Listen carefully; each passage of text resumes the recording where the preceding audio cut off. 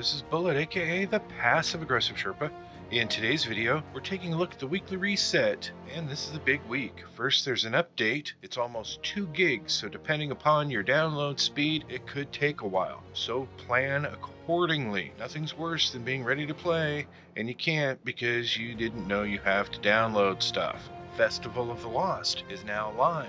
We'll be taking a quick look at that momentarily. Also, the Iron Banner is back, and we get double Valor until Friday, and then triple Valor kicks in over the weekend. That is awesome. As for the patch notes on this update, there's some notable buffs and nerfs and fixes. I've linked to all of that information below. A few things to keep an eye out for: scout rifles buffed, sleeper simulant nerfed, the aim assist has been reduced, but the aim assist on other linear fusions has been buffed. Gambit quitter penalties have been enabled again. Personally, I hope they're harsh and painful. Crucible and Iron Banner. All Iron Banner bounties grant powerful gear, and the things needed to complete them have been made a little easier. There really is a lot going on in this update, so if you want specifics, check out Bungie's post. Again, it's linked below in the description. Now let's move on to the weekly reset info.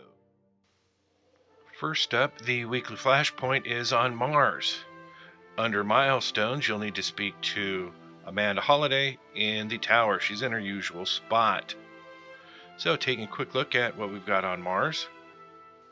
There's the usual complete activities, and today's heroic is Psionic Potential. Moving on to what the Vanguard has to offer. There's the daily heroic story missions. As usual, you need to complete 3 of them. You have a choice of 5. The primary burn is Void Singe, and today's other mods are Iron, and your heavy does more stuff, damage. Your options for story missions are Fury, Utopia, Deep Storage, High Plains Blues, and the Machinist. I almost said the Mechanic. Strikes, as usual, complete 3 of them. Make sure to do them with a matching light element as another fire team member. This week's Nightfalls, 3 of them. They are Warden of Nothing, Lake of Shadows, and the Hollowed Lair. Remember, you can set up your Nightfall modifiers by using your challenge card available from Xur every week. Then Gambit, just need to complete 3 Gambit matches for powerful gear. Moving on to the Crucible, we've got quick play, daily matches, 1 for powerful gear, 3 matches for more powerful gear, the Iron Banner,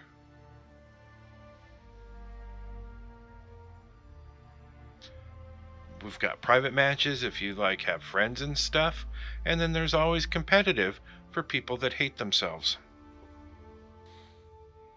If raids are your things, to find the old raids you'll need to look under Nessus, and you'll find them in the lower left corner. And if you're looking for the new raid, Last Wish, you want to head over to the Dreaming City and look in the upper left corner, and you'll find it there. Fun little thing, we're going to go take a look at Petra, and if you notice, her icon is up on the right side, because that's where she's supposed to be this week. But we're going to go visit her, and when we spawn in, she's still at last week's spot. Or at least she was when I did this. So I took a look at her stuff, collected a couple of the bounties on top, and then I was just curious, since she showed on the map for the spot that she's supposed to be at, I thought I'd drive over there and check it out. And sure enough, she's in both places at once, proving once again that Petra is goddamn awesome. I did, after picking up the rest of her bounties in her second spot. I went over to the third spot she could be at just to see if she was in all three spaces at once.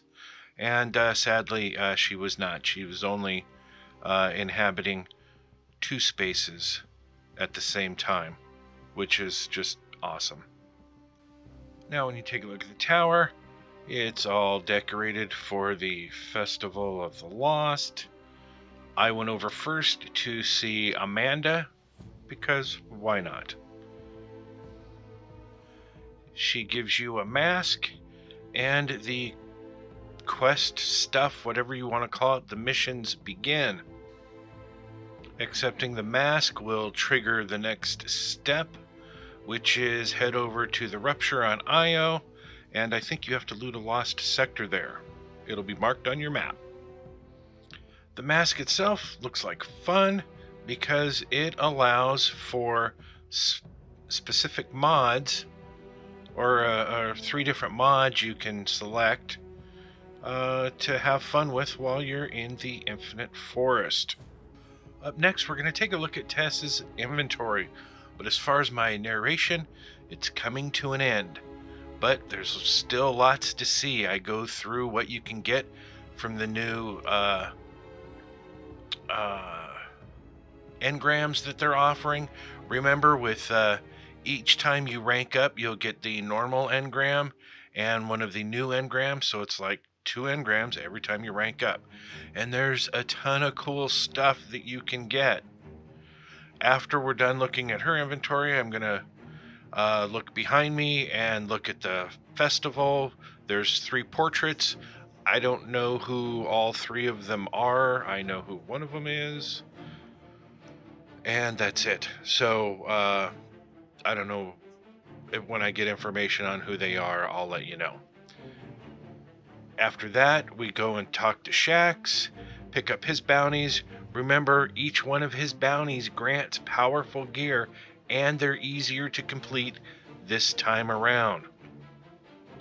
After that, I go over and I pick up the weekly clan bounties. Those are more of the same, except it seems that there's 4 daily bounties. And I don't know if that's something that's changed or what, but I remember there being 3 daily and the 3 weekly bounties. Now there's 4 daily bounties, which is nice. So anyways, that's about it for this video. And remember, if you liked this video, please hit that like button and subscribe to my channel if you haven't already. And if we could get 1,187 likes on this video, that'd be great. But most of all, thanks for watching.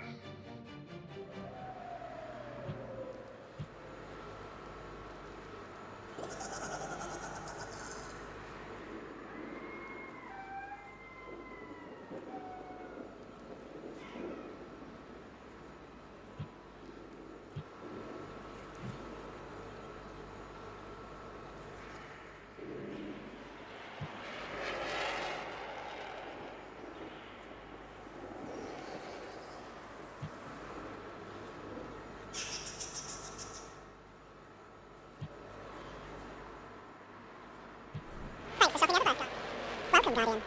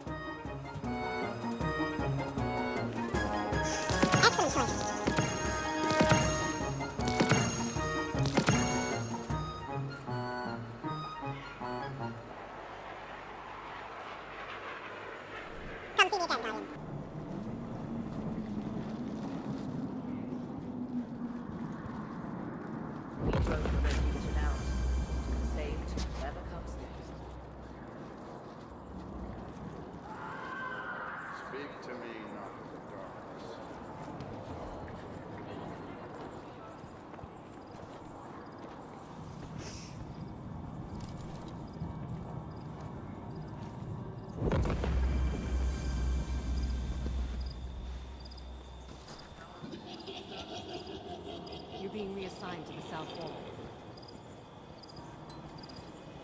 Do you have something for me, Guardian?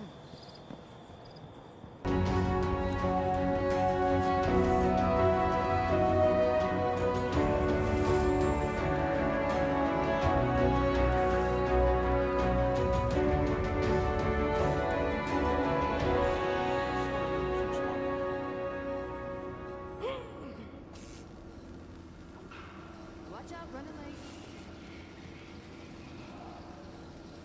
Ladies and gentlemen, Somebody down to the cryptarchy. Warlocks between high runes and Bay 9 right now.